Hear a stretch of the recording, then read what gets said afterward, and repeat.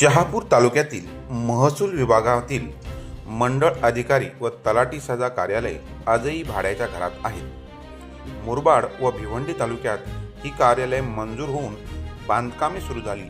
मात्र ठाणे जिल्ह्यातील एकमेव पेसा तालुका असणाऱ्या शहापूर तालुक्यात कार्यालय मंजूर झालेले नाही.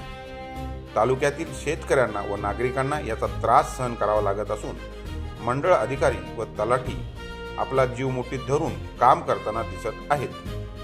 मुख्य म्हणजे ऐन उन्हाळ्यात व येणाऱ्या पावसाळ्यात या कर्मचाऱ्यांसह नागरिकांना याचा त्रास होणार असल्याने तालुका महसूल प्रशासन, जिल्हाधिकारी, कोकण आयुक्त यांच्यासह पालकमंत्र्यांनी याकडे गांभीर्याने लक्ष देण्याची गरज आहे.